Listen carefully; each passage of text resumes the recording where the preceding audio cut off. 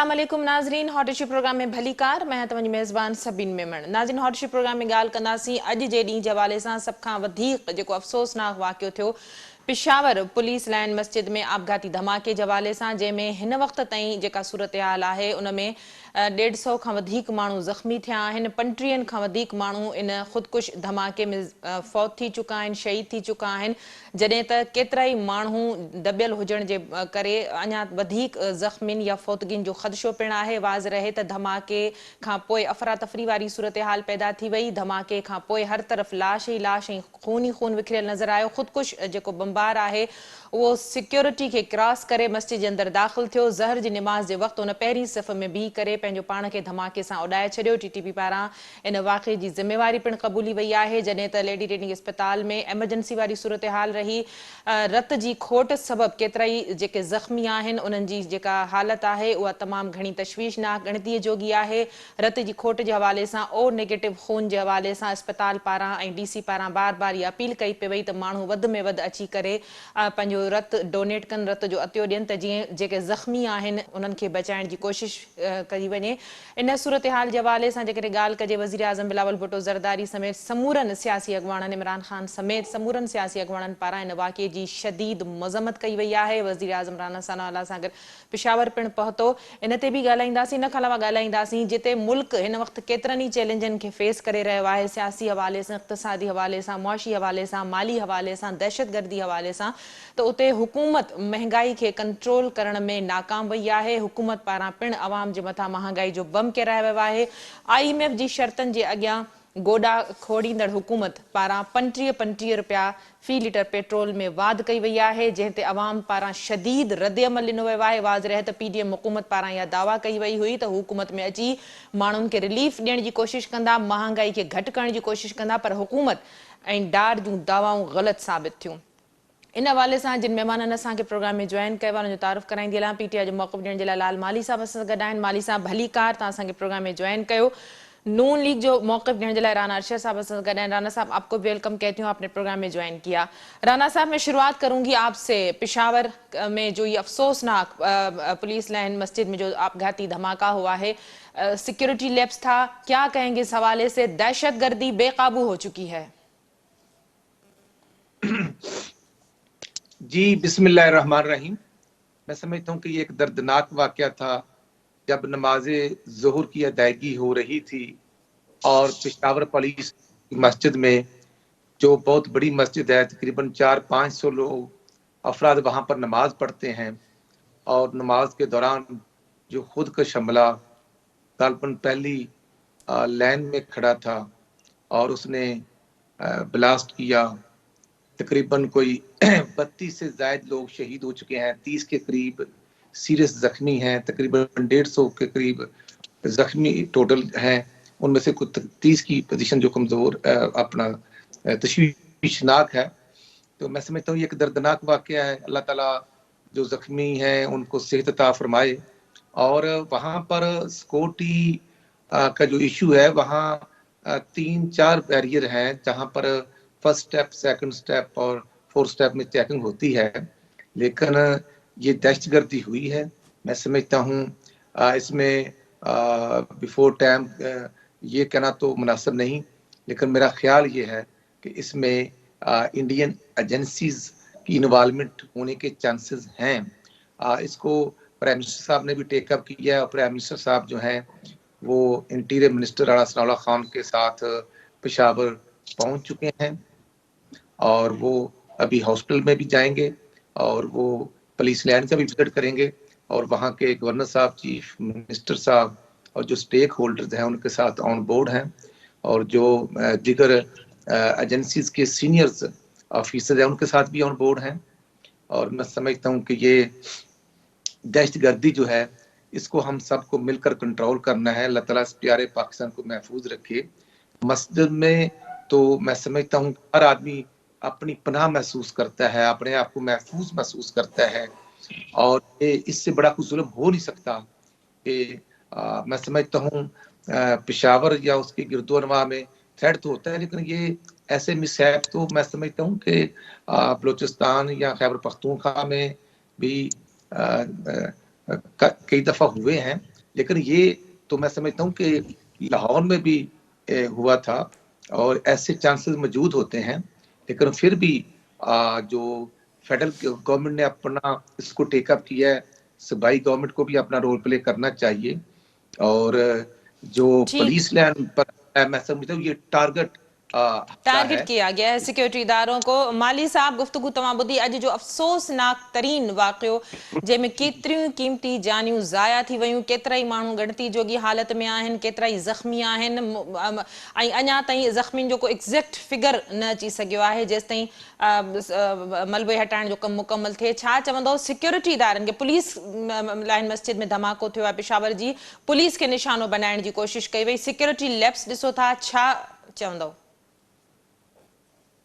सभिनी महिरबानी। ॾिसो, सभ खां पहिरीं त इन वाक़े जी भरपूर अल्फाज़ में मज़म्मत करियां थो त कंहिं बि मासूम जी जान सां खेॾणु इंसानियत जे क़त्ल जे बराबरि आहे। ऐं हीउ जेको वाक़ियो थियो आहे, इन में 32 खां वधीक माण्हू जेके आहिनि हिन वक़्तु पंहिंजी जान जो नज़रानो ॾेई चुका आहिनि। ऐं इंतई अफ़सोस जहिड़ी सूरताल आहे ऐं इंतई ॾुख जहिड़ी सूरताल आहे। ही जॾहिं खां वॉर ऑन टेरर जॾहिं शुरू थियो आहे, तॾहिं खां पाकिस्तान इन में तमामु घणियूं क़ुर्बानियूं ॾिनियूं आहिनि।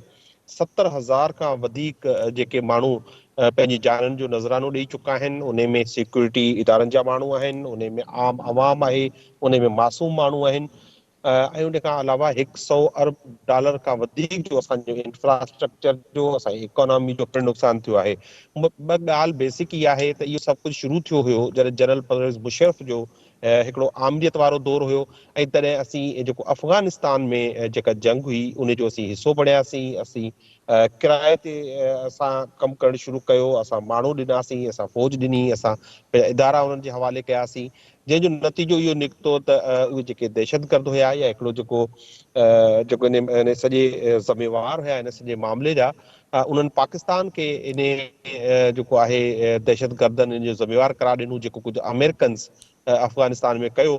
ऐं उन्हनि पाकिस्तान ते हिकिड़ी जंग मड़ी 2013 खां में तव्हां ॾिठो। उन खां पोइ जॾहिं पीपुल्स पार्टी जी हुकूमत हुई तॾहिं ही स्वात ताईं दहशतगर्दनि अची चुका हुया। गुज़िरियल जेका हुकूमत हुई 2018 खां 23 ताईं, जेका 13 खां 18 ताईं जेका PML जी हुकूमत हुई, उन में तव्हां हिकिड़ो वाक़ियो थियो APS वारो, ऐं उन में तमामु सभिनी असांजी जेका पाकिस्तान तहरीक इंसाफ़ उहो बाइकआउट कयो असेंबलियुनि में, उहो वापसि आई।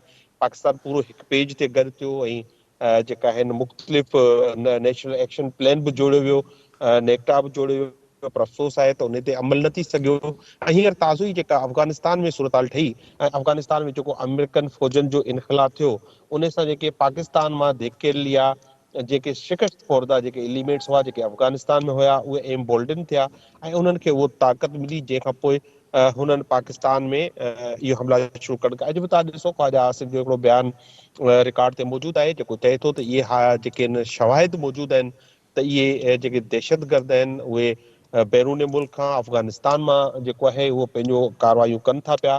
इन जो मक़सदु असीं अञा बॉर्डर खे पंहिंजो मुकमल तौर ते सिक्योर न करे सघिया आहियूं ऐं उतां दहशतगर्द जी आवत जारी आहे। उन खां अलावा तव्हां ॾिठो त इन्हनि खे सियासत सां हटी करे ॾिसण जी इन मामले खे ज़रूरत आहे। पर अफ़सोस सां चवणो पए थो त मौजूदा हुकूमत इन खे सियासत जे प्रिज़म सां ई ॾिसे थी। सभ खां वधीक हिट जेको आहे इन सॼे सिनेरियो में जेको प्रोविंस आहे उहो KPK जो आहे। पर रिसेंटली तव्हां ॾिसो सिक्योरिटी कमेटी जी जेका मीटिंग थी हुई, उन में हुनखे न घुरायो वियो पंहिंजो CM KPK खे। ऐं उन खां अलावा जेके दहशतगर्द जो जेको कानून आहे, जंहिं तक दहशतगर्द पकड़णा आहिनि, उहो कानून जेको आहे सियासी कारकुननि ते, सियासी क़यादत ते इस्तेमालु थिए थो। तव्हां ॾिसो इमरान ख़ान ते बि दहशतगर्दी जा मुक़दमा दायर कया विया। मौजूदा हुकूमत खे इन कानून खे सियासत सां हटी करे उन्हनि माण्हुनि ते जेको लागू करणु घुरिजे जेके दहशतगर्द आहिनि, जेके पाकिस्तान खे नुक़सान असां रहिया आहिनि, ऐं उहे इदारा जेके जिन जो इहो कमु आहे त उहे इन्हनि दहशतगर्दी जे वाक़िअनि खे रोकण में पंहिंजो किरदारु अदा कनि ऐं पंहिंजी पूरी समूरी तवानाई उन ते रोकनि, बजाए इन जे त हू सियासत में इन्वॉल्व थियनि। काल पाकिस्तान तहरीक इंसाफ़ बरमला इन जो इज़हार कयो आहे त कुझु जेके इदारा आहिनि उहे सियासत में इन्फ्लुएंस कनि था, उन्हनि खे प्रेसिडेंट खे बि उन्हनि अपील कई आहे त उनखे रोकियो वञे ऐं सभु माली इदारा साहब, पंहिंजो इते पंहिंजो जेके कमु कनि त बहितर थी कानून सघे लागू थो। कंदड़ इदारा आहिनि उहे बि टारगेट थींदा था रहनि। हुकूमत जेको मुआशी जेका सूरत हाल आहे उन ते बि अपोज़िशन खे चयो त भई गॾियल तौर ते अचो ऐं उन ते को प्लान ठाहिजे, पर अपोज़िशन इन ते बि इनकार कयो। तव्हां सम्झो था त हीउ जेको दहशतगर्दी जो दुबण आहे जंहिंमें असांजो मुल्क धसिजी चुको आहे, इन दहशतगर्दी खां बचण जे लाइ सियासी बहरान खे ख़तम करण जी ज़रूरत आहे त जीअं मुल्क जे लाइ बहितर मुआशी पॉलिसी ऐं दहशतगर्दी खां पाक पाकिस्तान जे विजन खे यकीनी बनाइजे। जी समीन, बिल्कुलु असां पहिरें ॾींहं खां इहो चवंदा हिकिड़ो नेशनल ऐं जेको पॉलिटिकल कंसेंसस जी ज़रूरत आहे दहशतगर्दी खे रोकण लाइ।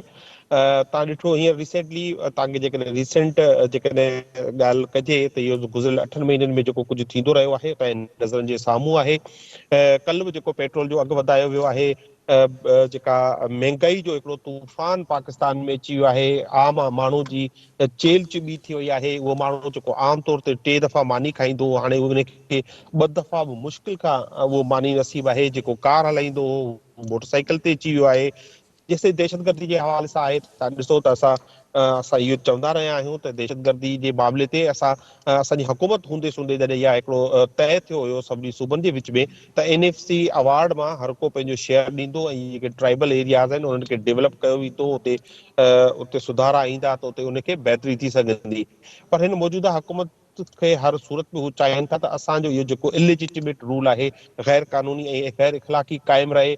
तव्हां ॾिसो 8 महीननि खां असां चयोसीं पिया असां इस्तीफ़ाऊं क़बूल करियो, हिननि न कयूं ऐं जॾहिं असां असेंबली वञण जी ॻाल्हि कई, असां इम्पॉर्टेंट नेशनल पॉलिटिकल ऐं कॉन्स्टिट्यूशनल मैटर्स ते ॻाल्हि करण जी ॻाल्हि कई त हिननि फौरी तौर ते इन ख़तरे खां त किथे नवाज़ शरीफ जे ख़िलाफ़ एतमाद न अचे, एतमाद जे वोट जो न चवणो पए, त हिननि फौरी तौर ते उहे असेंबलियूं मां असांजा इस्तीफ़ाऊं क़बूल कयूं ऐं उन खां पोइ हिकिड़ो आइनी क़दम खणंदे असां KPK में ऐं पंजाब में पंहिंजी असेंबलियुनि खे जॾहिं डिज़ोल्व करे छॾियो आहे त हिननि खे फौरी तौर ते उते इलेक्शन अनाउंस करणु घुर्जनि हा। पर ठीकु। ॾिसो ही सियासी जेका सूरताल आहे उनखे वधीक गैर मुस्तक़िम करण लाइ ही पंहिंजो किरदारु अदा कनि था पिया ऐं हुते जेको गवर्नर जेके हिन मौजूदा हुकूमत अपॉइंट कराया आहिनि हुननि खे फौरी तौर ते इलेक्शन जो ऐलान करणु घुर्जे हा, पर उहे इलेक्शन जो ऐलान करण में फेल थी विया आहिनि। इन सां वधीक हिकिड़ी गैर यकीनी सूरत पैदा थिए थी पई ऐं हिननि खे फौरी तौर ते जनरल चूंडनि ॾांहुं वञणु घुर्जे त पाकिस्तान में हिकिड़ो इस्तेकाम अची सघे। ठीक, राणा साहब गुफ्तगू आपने सुनी, क्या कहेंगे? जो माली साहब ने बात कही, महंगाई के हवाले से अगर बात की जाए इस अफसोसनाक वाक़े के बाद, तो महंगाई का जो बम गिराया गया आवाम के ऊपर, PDM हुकूमत बनी थी महंगाई के खिलाफ एहतजाज करने की शुरुआत से। जो PDM का मार्च हुआ था कि इमरान खान की हुकूमत में जो महंगाई है, PDM जो है हुकूमत में आकर इत्तेहादी जमातें वो महंगाई ख़त्म कर देंगी, लेकिन आप लोगों ने 35-35 रुपए पेट्रोल और डीजल की कीमतें बढ़ाकर आवाम पे महंगाई का मजीद बम गिरा दिया है, और ये यहीं रुकने का नाम लेगी या आगे ही बढ़ती जाएगी? देखिए जी, आपने बिल्कुल बड़ी अच्छी बात की है कि ये महंगाई क्यों हो रही है, क्या इसका साइड इफेक्ट हमारे ऊपर नहीं है? बिल्कुल है। मैं खुद एक पॉलिटिकल वर्कर हूं और मैं महसूस करता हूं, मैं अपने हलके में था और इस चीज को महसूस किया जाता है। लेकिन गुजारिश ये है कि जब पिछले महीने हमने 10 रुपए पेट्रोल की कीमत कम की तो तमाम बिजनेसमैन कम्युनिटी और तमाम एनालिस्ट ने हमारे ऊपर तनकीद शुरू कर दी कि इस 10 रुपए की कमी की वजह से IMF ने प्रोग्राम जो है वो सस्पेंड कर दिया है।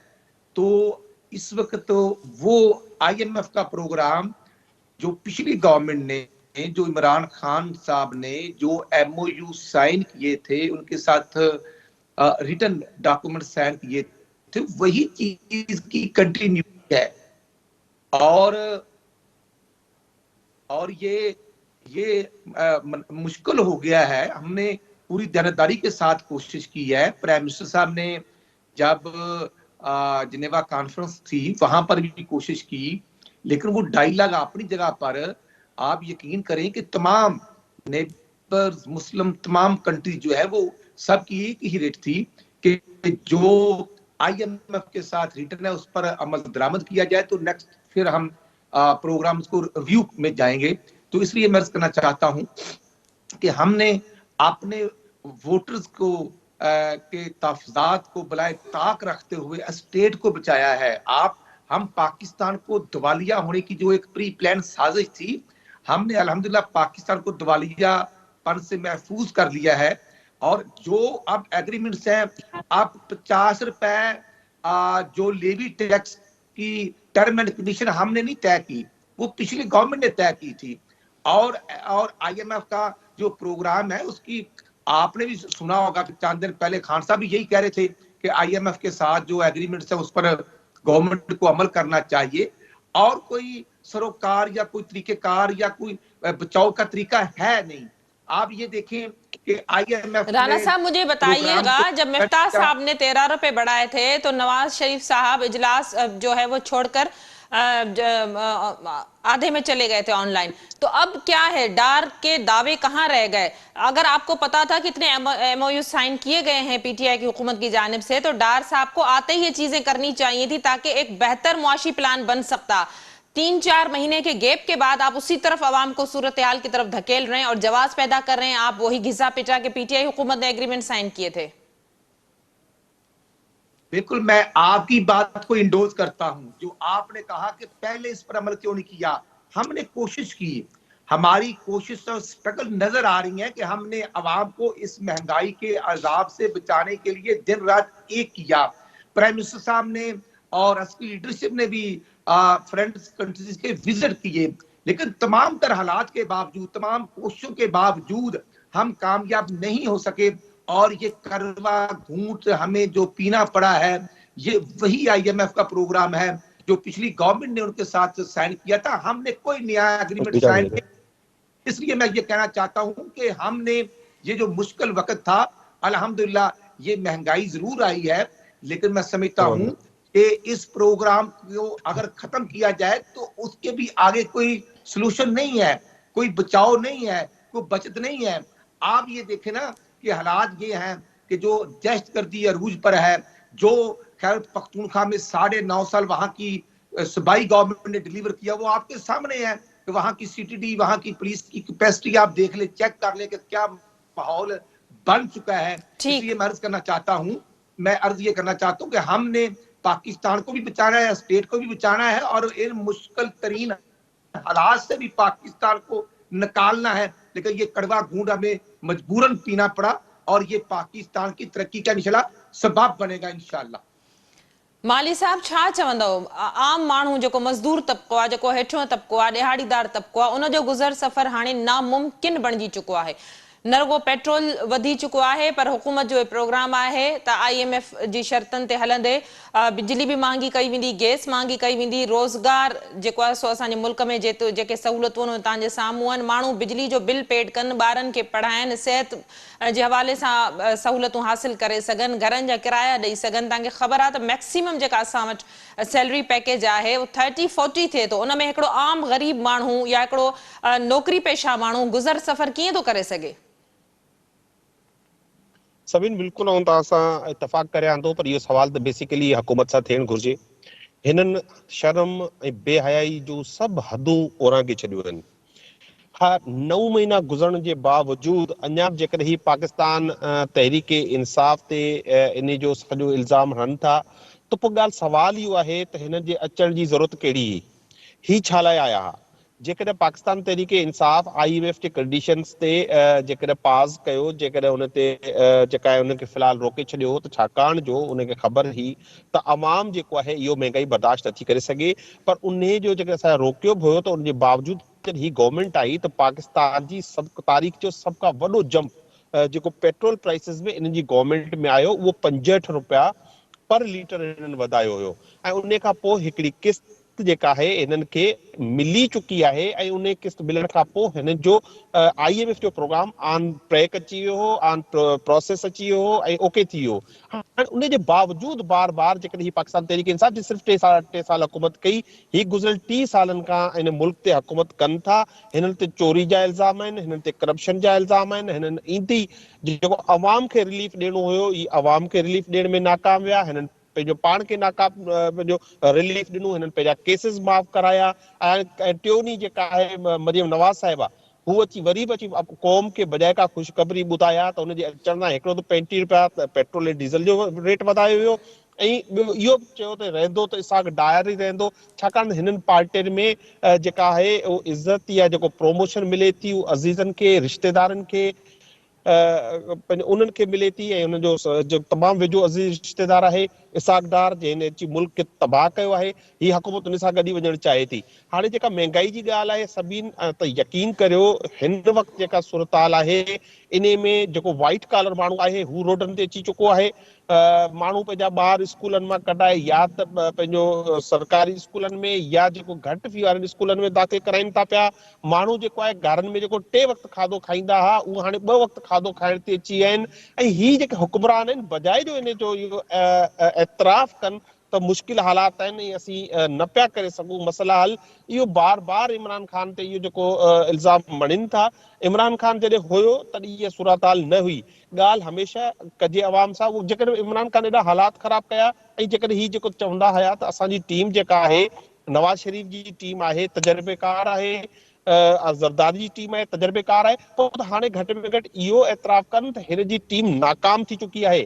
ऐं उन एतिराफ़ तव्हां ॾिसो पूरी दुनिया पाकिस्तान जूं नज़रूं आहिनि पाकिस्तान ते, ऐं दुनिया जो हर इदारो रिपोर्ट करे रहियो आहे त पाकिस्तान जेको आहे उहो दिवालिया थियण वञे थो पियो। हाणे हीअ चवंदा असां दिवालिया थियण खां बचायो आहे त पाकिस्तान जी अवाम दिवालिया थी वई आहे। पाकिस्तान रुगो हिकिड़ो ज़मीन जे टुकड़े जो नालो न आहे, पाकिस्तान 22 करोड़ अवाम जो नालो आहे। जेकॾहिं हू खाधो खाई नथा सघनि, हू जेकॾहिं पंहिंजे बच्चनि खे खीर पीआरे कोन था सघनि, स्कूल मोकिले कोन था सघनि, सिहत जी सहूलियत नथा ॾेई सघनि, त हिननि कहिड़ो पाकिस्तान बचायो आहे? हिननि अची पाकिस्तान खे तबाह ऐं बर्बाद कयो आहे। माली ऐं साहब हींअर माफ़ ही कजो, चाहिनि तव्हांखे था त इंटरप्ट थी कुझु बि कयां थी वञे। हिते। जेको नून लीग हुकूमत जवाज़ थी पैदा कर ॿुधाए, उहो जवाज़ उहो सबबु इहो थी ॿुधाए त पीटीआई पंहिंजे दौर में IMF सां जेके मुआहिदा कया उन ते अमल न थियण जे करे IMF खे राज़ी इहो करणु जवाज़ उन्हनि ख़तम थी चुको। लाइ जी सभिनि इहो जवाज़ जॾहिं IMF पंहिंजो लोन रिवाइव करे छॾियो, हिननि खे हिकिड़ी किस्त ॾेई छॾी, हिननि उन एग्रीमेंट मञी वरितो, हिननि उहो एग्रीमेंट करे छॾियो। उन खां पोइ इहो जवाज़ ॾियाराइण जी का असल में जेका मसइलो आहे, जेको इकोनॉमी रिवाइव करण में नाकाम विया आहिनि, उनजी वजह जेका आहे मेन वजह उहा आहे ही मां पाकिस्तान जा जेके तव्हांजी दुनिया में ओवरसीज़ पाकिस्तानीज़ रहनि था, इन चोर हुकूमत ते एतमाद कोन था कनि, इन करे हू डॉलर कोन था मोकिलनि, जेके असीं रेमिटेंसिस चऊं था। जेको हिननि खे एक्सपोर्ट वधाइणी हुई, इन्हनि एक्सपोर्ट कोन वधाई। जेको इंडस्ट्री खे प्रोमोट करिणो हो, असां इंडस्ट्री जेका आहे उहो असांजे दौर में ग्रोथ वठी रही हुई, उन्हनि इंडस्ट्री खे हिननि बंदि करे छॾियो आहे। त जॾहिं तव्हां एक्सपोर्ट बंदि करे छॾींदव, तव्हांजे मुल्क में डॉलर ईंदो कोन त यकीनी तौर ते महांगाई थींदी। इहो ई कमु हिननि पेट्रोल प्राइसिस सां कयो आहे। इहो ई कमु हाणे बिजली जो 10 रुपया अघु वधाइण जो इरादो रखनि था मिनी बजट जे थ्रू। हाणे ही जेका आहे गैस जो अघु वधाइण जी ज़रूरत रखनि था। ऐं वरी मज़ेदार ॻाल्हि इहा आहे, वॾी बेहयाई खां चवंदा आहिनि त हम कोशिश कर रहे हैं कि आम आवाम पे कोई उसका असर ना हो। इहो कीअं मुमकिन आहे? तव्हां पेट्रोल डीज़ल ऐं बिजली जा अघु वधाए छॾियो ऐं आम आवाम ते फ़र्क़ु न पए। सो ही जेका केतिरो बि कोशिश कनि पर ही नाकाम थी चुका आहिनि ऐं मुकमल तौर ते नाकाम थी चुका आहिनि। ऐं असां इहो मुख़्तलिफ़ इदारनि जे हवाले सां बि ॻाल्हि कई, कल्ह बि हिकिड़ी प्रेस कॉन्फ्रेंस थी, उन में मसइलो इहो आहे त हाणे ही हुकूमत एॾी वाइड़ाइप जो शिकार आहे। हाणे ही जेको सम्झंदी ही त ही को आइन जा ठेकेदार ई आहिनि, त हाणे ही आइन ते अमल करण लाइ तयारु कान्हे। हिननि खे जेके सूबाई असेंबलियूं आहिनि, जिते 90 ॾींहंनि में इलेक्शन आइन तहत कराइणी आहे, उते ही जेका आहे उन खां जेको कनि था पिया, अवॉइड कनि था पिया, आइन जी भञकड़ी कनि था पिया, आर्टिकल 6 जे ही दायरे में अचनि था। त हिन लाइ अॻे हिन लाइ मुश्किलातूं थींदियूं। पाकिस्तान तहरीक इंसाफ़ खे पावर जी जेकॾहिं ज़रूरत हुजे हा, पावर जी ज़रूरत हुजे हा, त तव्हां ॾिसो को माण्हू जो चपरासी बि हुजे थो, उहो पंहिंजी सीट छॾण लाइ तयारु नथो हुजे। असां त पंहिंजो ॿ हुकूमतूं छॾे ॾिनियूं आहिनि, ॿ असेंबलियूं टोड़े छॾियूं आहिनि, ताकी हिन मुल्क में स्टेबिलिटी अचे, हिन मुल्क में जमहूरियत प्रवण चढ़े ऐं हिन जो मुल्की मुआशी हालात ठीकु थियनि। जेकॾहिं हीअ सम्झंदा असां पाकिस्तान जेकॾहिं बचायो आहे ऐं जेकॾहिं पाकिस्तान जे ॿारनि खे ही खाद खुराक नथा ॾेई सघनि, पीअण लाइ पाणी कोन था ॾेई सघनि, खीर कोन था ॾेई सघनि, उन लाइ सहूलियत नथा करे सघनि, त पोइ इहो हिननि जो सॼो जवाज़ जेको आहे उहो जेको आहे नाकाफ़ी आहे ऐं फुज़ूल आहे। राणा साहब, गुफ्तगू आपने सुनी, बड़ा जो है वो तज्जिया किया माली साहब ने कि किस तरह से आप अपनी अहली को पीटीआई की हुकूमत पर थोपने की कोशिश कर रहे हैं, जबकि हुकूमत में अपने ऐसा कोई विल नहीं है कि वो आईएमएफ के साथ न्यू मुआहदा कोई कर सके, कोई नया एग्रीमेंट कर सके। जिस मुआशी बोझ की आप बात कर रहे हैं वो सारा का सारा बोझ अवाम पे गिर चुका है। जी बिल्कुल, ये बात ठीक है। हमारे अंदर तो कोई अहलियत नहीं है नए एग्रीमेंट करने की। मैं इस चीज को एक्सेप्ट करता हूं, क्योंकि हमें अवाम का एहसास है, हमारा मरना जीना अवाम के साथ है। ये नहीं है कि 350 कनाल के घर में ये बादशाह सलामत ये चक शुदाद में बड़ी गला में रहता है, और जो इधर आकर जमान पार्क में जो मैं समझता हूँ नहर शहद और दूध की बहाई है, सबको पता है। पंजाब और खैबर पख्तूनख्वा में 6 रुपए की रोटी थी, 25 रुपए की रोटी कर दी है इमरान खान और पीटीआई के ये जो तजर्बेकार टीम थी। वो तो कहते थे हमारे पास 200 एक्सपर्टीज की टीम है, हम तो विद इन 100 डेज पाकिस्तान की डायरेक्शन चेंज कर देंगे। 1 करोड़ नौकरियां देनी थी तो 2.5 करोड़ लोगों को बेरोजगार कर दिया। 50 लाख घर बनाने थे तो 5 घर नहीं बना सके, और पूरे पाकिस्तान के गरीबों के घरों को इंक्रोचमेंट के नाम पर गिरा दिया गया। जब एमओयू साइन कर रहे थे तो कलेजा ठंडा ना हुआ, और स्टेट बैंक को भी अपने बिग बॉस अमेरिकन और गैर मुल्की एजेंसीज के कहने पर उसको भी इंडिपेंडेंट रोल उसका कर दिया, कानून में उसकी वो अमेंडमेंट करवा दी। और किसको स्टेट बैंक का गवर्नर जनरल लगाया?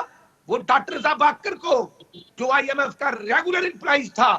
उसने यहां आकर पाकिस्तान में अपना नेशनल शनाख्ती कार्ड बनवाया था। कहा है वो शेख हफीज? वो अरस्तु खान टीम कहां है? और इनके गवर्नर थे जो कभी हमारे साथ होते थे, चौधरी सरवर लोटा साहब। जब इन्होंने $6 बिलियन लिए थे तो उनकी स्टेटमेंट है कि $6 बिलियन लेने की खातिर पाकिस्तान को गिरवी रख दिया। और खुद जब तेल की कीमतें बढ़ाते थे, और खुद खान साहब भी कहते थे कि आईएमएफ के पास जाने के अलावा और कोई रास्ता नहीं। पहले ये जरूर फरमाते रहे कि खुदकशी कर लेंगे, लेकिन खुदकशी हराम है। और खुदकशी करते करते प्रोग्राम डिलीट किया। जब 2019 में प्रोग्राम सस्पेंड होता है, तो आप मुझे बताएं ना कि 9 अप्रैल 2022 को भी आईएमएफ का प्रोग्राम सस्पेंड था। वो कहते हैं कि जो पिछली गवर्नमेंट ने एमओयू साइन किया था वो धोखा दिया गया था, वो बदनीति पर मबनी था, लेकिन अब उससे हम आगे पीछे किसी को नहीं होने देंगे। यही प्रॉब्लम है। अगर इमरान खान को अवाम का एहसास होता तो वो राणा साहब, मुझे ये बताएं कि ये सिलसिला कब तक जारी रहेगा? आईएमएफ के पैसों से, ये मुल्क कर्जों से कब तक चलेगा, या नून लीग के पास ऐसा कोई मुस्तकिल प्लान है? मैडम बिल्कुल, ये मियां मोहम्मद नवाशी साहब ने तो अल्हम्दुलिल्लाह आईएमएफ से जान छुड़वा ली थी। ये तो जब ये हुकूमत आती है 25 जुलाई 2018 को आरटीएम सिस्टम को बिठाकर, जब हमारा मैंडेट चोरी करके ऊपर मुसल्लत लोग हुए, ये नलायकों का टोला, तो अब हमने तो नहीं कहा था ना कि ये सब कुछ, हमने तो उनको 108 रुपए का डॉलर दिया था 25 जुलाई 2018 के बाद। तो ये हमें 185 या 190 का डॉलर देकर, और एक जो इंटरनेशनल साजिश है। आप ये देखना कि असेंबलियों में अगर मैं वज़ीर आज़म नहीं तो मुझे कुछ कबूल नहीं। पंजाब के सूबे में इनकी गवर्नमेंट थी, खैर पख्तूनख्वा में गवर्नमेंट थी, इनका मुकम्मल फेलियर है उसको छुपाने के लिए ये असेंबलियां डिसॉल्व करते हैं। और अब जो हुआ है, मैं समझता हूं कि ये जो इनका 4.25 साल की इमरान खान की गवर्नमेंट थी, वो सजा तो मुल्क भुगत रहा है। भाई पीटीएम बिल्कुल हम कोशिश कर रहे हैं, ये 9 माह की जो कोशिश है वो आवाम के सामने है, लेकिन हमने अल्हम्दुलिल्लाह पाकिस्तान को ग्रे लिस्ट से, एफएटीएफ से अल्हम्दुलिल्लाह क्लियर करवाया। हमने अल्हम्दुलिल्लाह ये जो पाकिस्तान को दिवालिया होने की साथ, अब देखे ना कि एफएटीएफ से मुज़ाकरात हो रहे थे, तो जनाब इमरान खान के दोनों वज़ीरा ने, पंजाब और खैबर पख्तूनख्वा ने लेटर लिख दिए कि जनाब प्रोग्राम हम इनके साथ तावन नहीं कर रहे, तो ये इनको क्लियरेंस नहीं मिलनी चाहिए। मैं समझता हूं ये मुल्क सबका है, लेकिन इमरान खान ने तो वो एजेंडे पर अमल पैरा है जो इंडिया का एजेंडा है।